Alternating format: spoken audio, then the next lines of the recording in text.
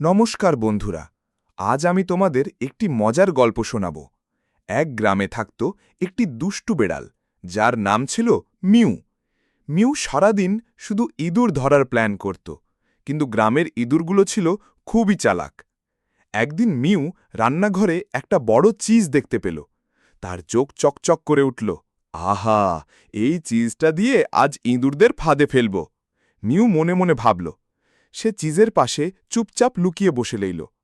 কিছুক্ষণ পর একটা মোটাসোটা ইঁদুর এসে বলল, বাহ, কি সুন্দর চিজ, কিন্তু এটা এখানে কে রেখে গেল?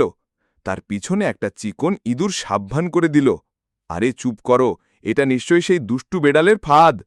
মিউ তখন খুব মিষ্টি গলায় বলল, না না, আমি তো এখানে নেই, আমি শহরে বেড়াতে গেছি। শুনে ইঁদুররা হেসে গড়াগড়ি। ওরে বাবা, বেড়ালের গলা কখনো এত মিষ্টি হয় নাকি? ইঁদুররা তখন একটা চমৎকার বুদ্ধি বের করল। তারা চিজের পাশে একটা দুধের বাটি রেখে দিল। লোভী মিউ চিজ ফেলে দুধের দিকে ঝাঁপিয়ে পড়ল, কিন্তু হায়, বাটিটা উল্টে গিয়ে সব দুধ মিউয়ের গায়ে ঢেলে দিল।